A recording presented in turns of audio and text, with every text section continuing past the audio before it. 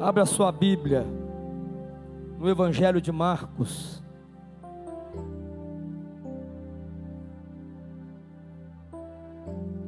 Evangelho de Marcos, no capítulo 5,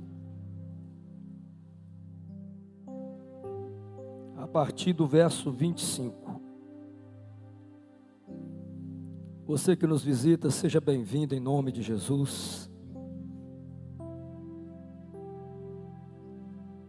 Evangelho de Marcos, capítulo 5, a partir do verso 25. E diz assim: estava ali uma certa mulher, que por 12 anos sofria de uma hemorragia. Ela havia sofrido muito nas mãos de vários médicos, tendo gastado tudo quanto possuía, sem obter melhora alguma. Pelo contrário, piorava. Tendo ouvido a respeito de Jesus, veio por detrás dele, no meio da multidão, e tocou-lhe o manto, pois pensava: se tão somente tocar-lhe as vestes, serei curada.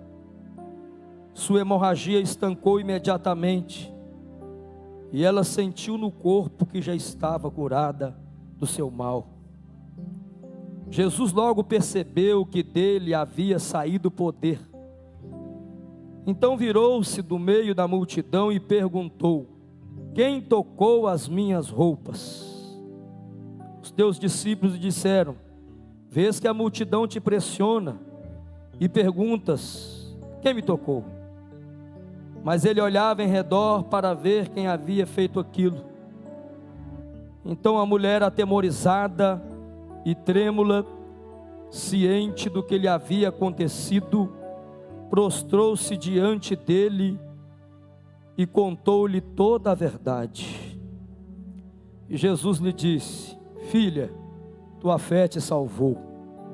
Vai-te em paz e fica livre desse teu mal. Amém. Irmãos, quando nós olhamos para esse texto, é um texto bem conhecido da palavra de Deus. Cerca de 18 anos atrás, quando eu comecei a pregar o Evangelho, foi o primeiro texto que eu preguei. Foi nesse texto aqui. Jesus me abençoou muito naquele dia. Jesus visitou a igreja de uma forma tão poderosa que eu fiquei maravilhado. Mas quando nós olhamos aqui para essa mulher, a gente vai ver aqui uma mulher que estava padecendo de uma enfermidade, 12 anos com esse fluxo de sangue, 12 anos com essa hemorragia. E segundo os historiadores bíblicos dizem que por causa dessa enfermidade, essa mulher ela não podia ter um convívio com seu marido, um convívio com a sua família. Essa mulher naquela época, ela era considerada impura. Então ela não podia ter naquele momento o seio da família ali para ajudar ela. Imagina agora que tristeza, irmãos, porque são nesses momentos que a gente precisa mais da nossa família.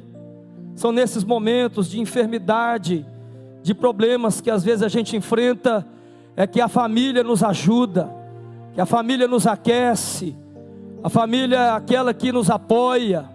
Lembra de Davi, quando ele estava ali fugindo, e a Bíblia diz que ele foi para a caverna de Adulão, e a Bíblia declara que a casa de seu pai ficou sabendo que ele estava lá.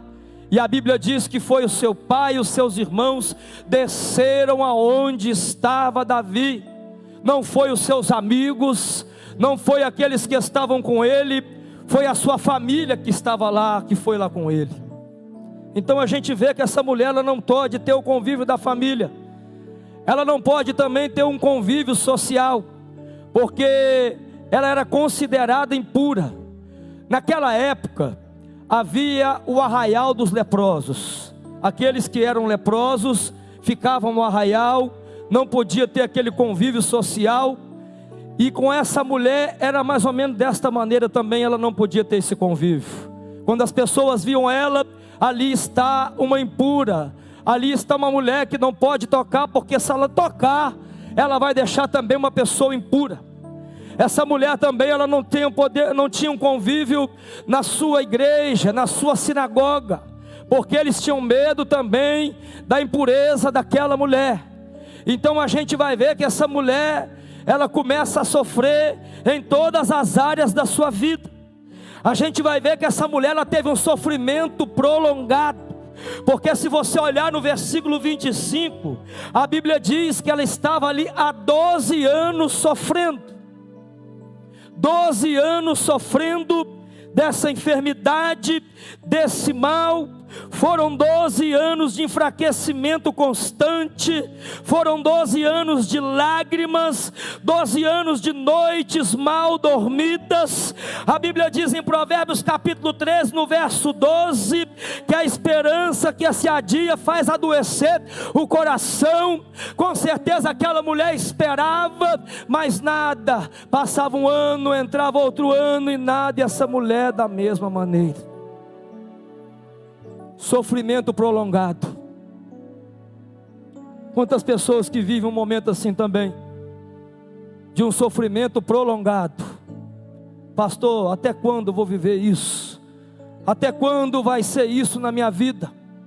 Pessoas que às vezes andam desenganadas pela medicina, mas pela sua força, sua fé. São pessoas que têm se levantado, que têm caminhado, que têm ido, mas a pessoa fica com aquilo: até quando eu vou sofrer com essa enfermidade?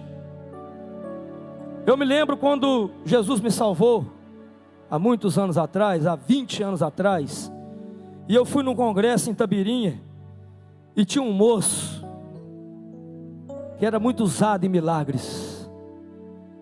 Esqueci o nome dele agora, um pastorzinho, sim, falo pastorzinho porque ele era pequeno, magrinho, e tinha um amigo dele que estava com ele lá, que andava com ele. Ele falou assim: ó, ele jejua 40 dias, tomando só líquido, energético, e numa noite, eu nunca vi aquilo na minha vida, nunca mais ouvi também, e aquele monte de gente lá, e aí no final do culto ele falou assim: obreiros, enche a mão de azeite. E ele pegou lá um azeite, colocou nas mãos dos obreiros, e tinha uma mulher perto de mim assim: obreiro, coloca o dedo na cabeça daquela mulher ali, a mão. Quando ele colocou, irmãos, eu vi um caroço saindo desse tamanho, mais ou menos dessa grossura, da cabeça daquela mulher. Eu vi isso, falei: meu Deus, o que é isso? Eu nunca tinha visto na minha vida, nunca mais ouvi também. E aí aquela mulher depois, no outro dia, o culto acabou, era quase 1h da manhã.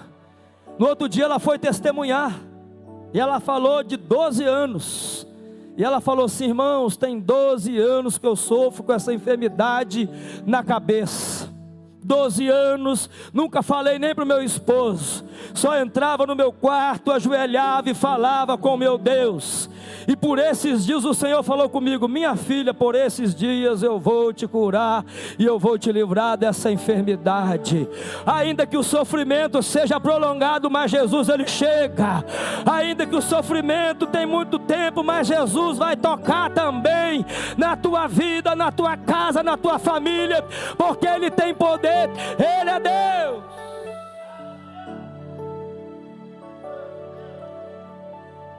A gente vai ver que essa mulher teve um sofrimento que gera desesperança. Verso 26. Ela havia sofrido muito nas mãos de vários médicos, tendo gastado tudo quanto possuía, sem obter melhora alguma, pelo contrário, piorava.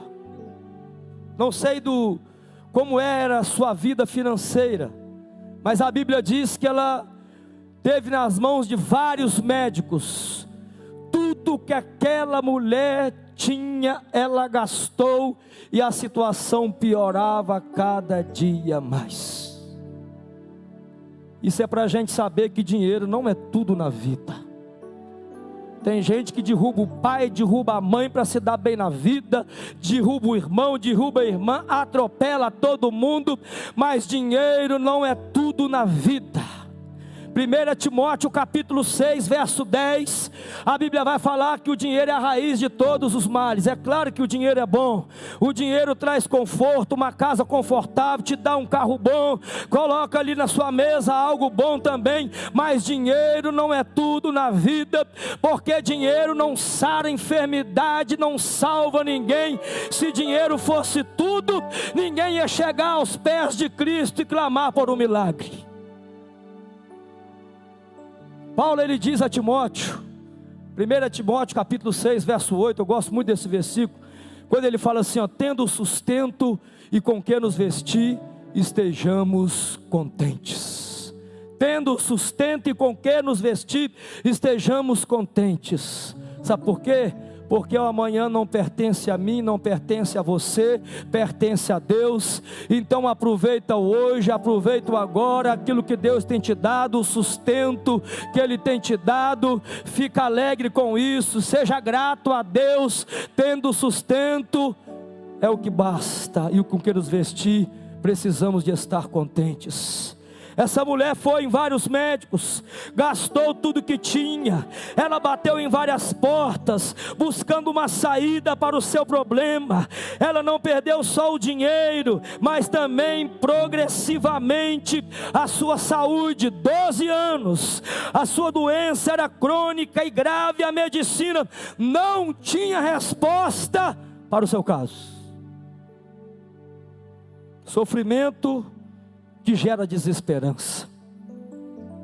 Ela teve também um sofrimento que destruiu os seus sonhos. Verso 25: 12 anos sofria de uma hemorragia. Aquela mulher perdia sangue diariamente, tinha uma anemia profunda, uma fraqueza constante. Ela não apenas estava perdendo a vida, como não podia gerar vida.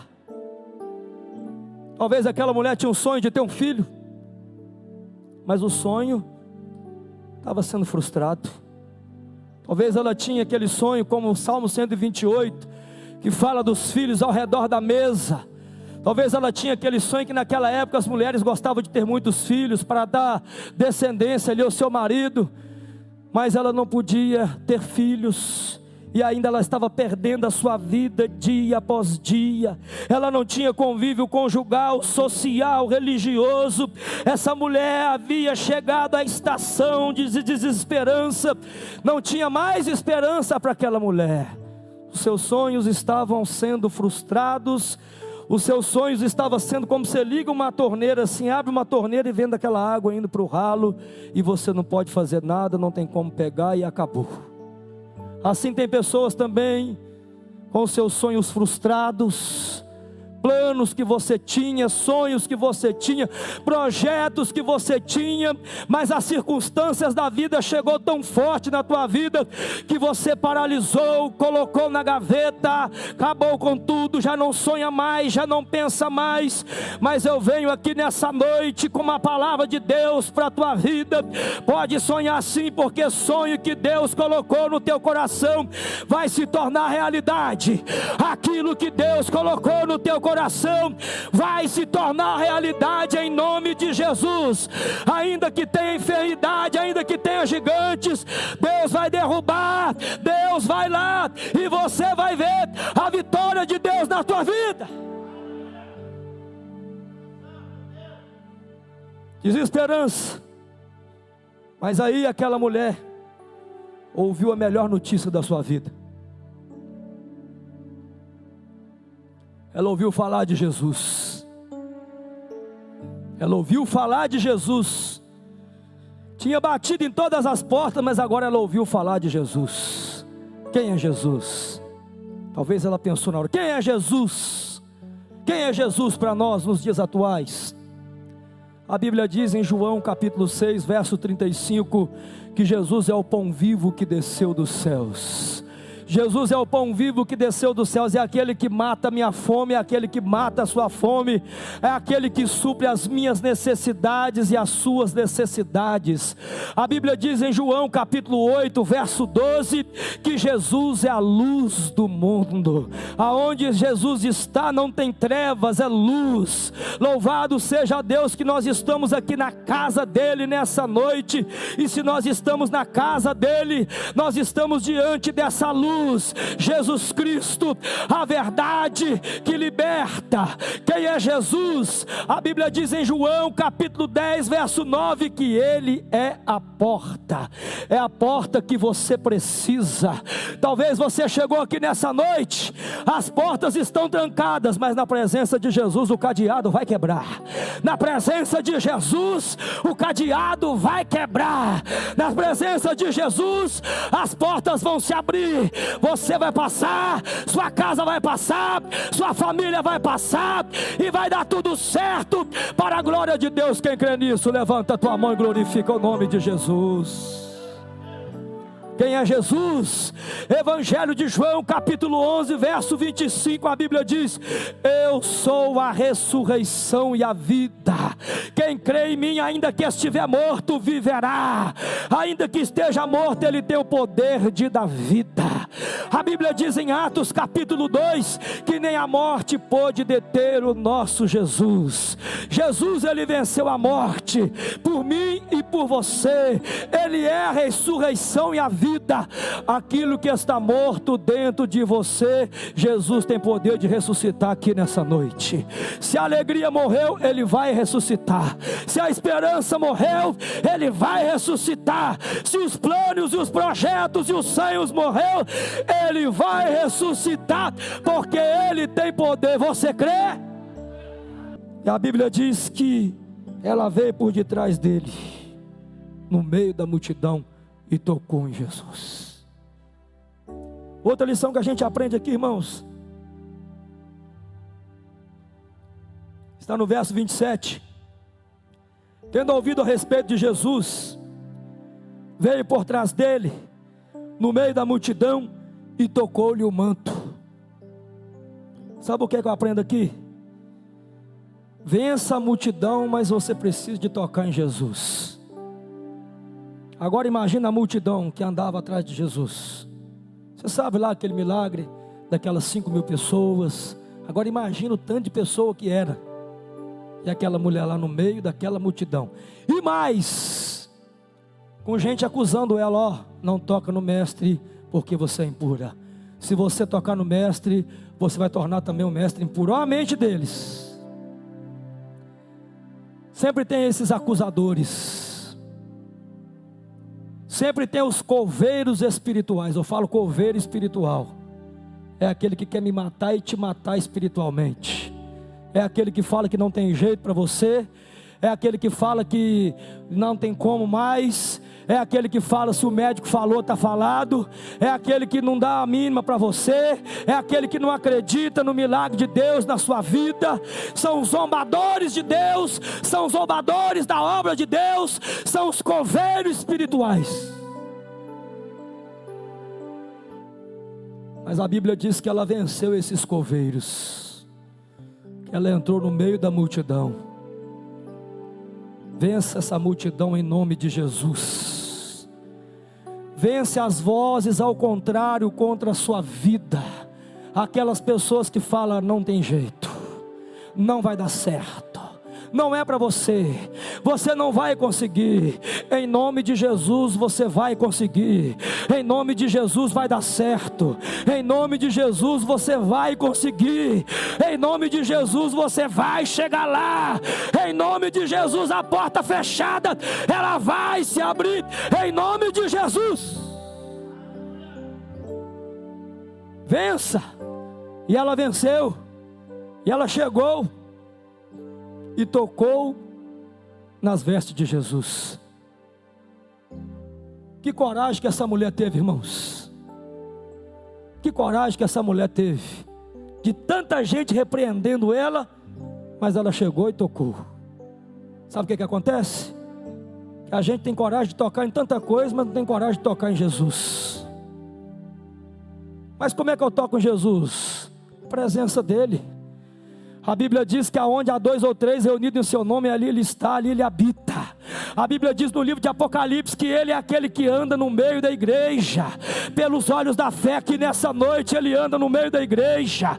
Nós não estamos aqui apenas num culto, num momento aqui, passando alguns minutos, não. Nós estamos na casa do Todo-Poderoso, e na casa do Todo-Poderoso ele tem liberdade. Se a casa é dele, ele passeia.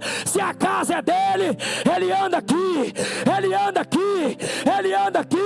Pela fé, toca em Jesus e seja livre desse mal. A gente tem coragem de tocar em tanta coisa, mas não toca em Jesus. E essa mulher teve coragem, ela tocou. 4 características do toque dessa mulher. Primeiro, foi um toque intencional. Ela não tocou em Jesus acidentalmente. Ela pretendia tocar nele. Ela pretendia tocar nele. Foi um toque intencional. Eu vou tocar.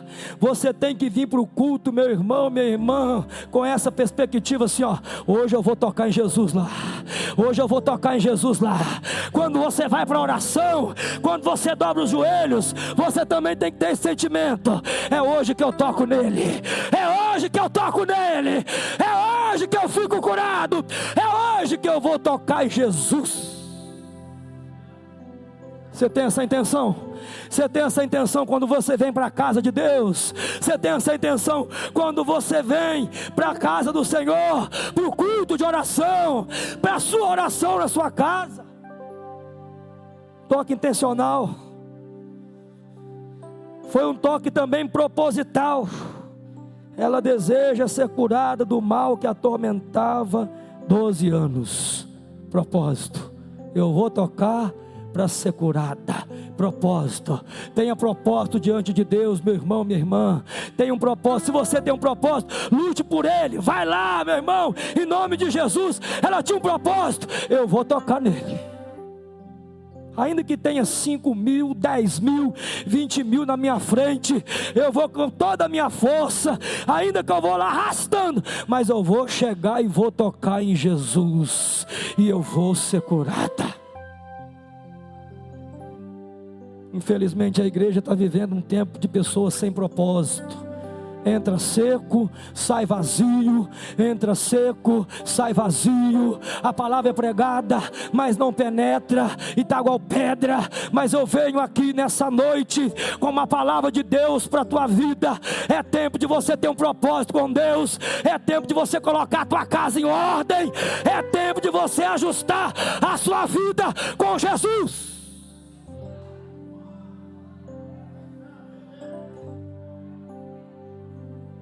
Foi um toque também confiante. Ela, movida pela fé, pois acreditava que Jesus tinha poder para restaurar a sua vida. Um toque confiante. A confiança que ela tinha: eu vou tocar. Eu vou tocar e eu vou ficar curada. Essa é a nossa confiança na presença de Deus. Eu estou sendo guardado por Ele. A minha vida está nas mãos do Mestre. Ainda que o leão venha rugir, ainda que venha se levantar muralhas e muralhas, mas eu sei em quem eu tenho crido, a minha confiança está nele. Mateus 28, 20, a Bíblia diz: e eis que estarei convosco todos os dias, até a consumação dos séculos. Isso é a presença de Jesus na minha vida e na sua vida. Todos os dias Ele está presente na minha vida e na sua vida. Foi um toque também eficaz. Quando ela tocou em Jesus, ficou imediatamente curada. O toque da fé.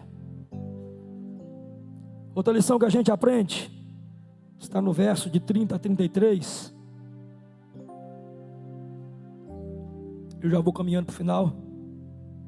Que diz assim: Jesus logo percebeu que dele havia saído o poder. Então virou-se no meio da multidão e perguntou: quem tocou as minhas roupas? Seus discípulos disseram: vês que a multidão te pressiona e perguntas: quem me tocou? Ou seja, a multidão estava ali junto com ele. Mas ele olhava em redor para ver quem havia feito aquilo. Olha só.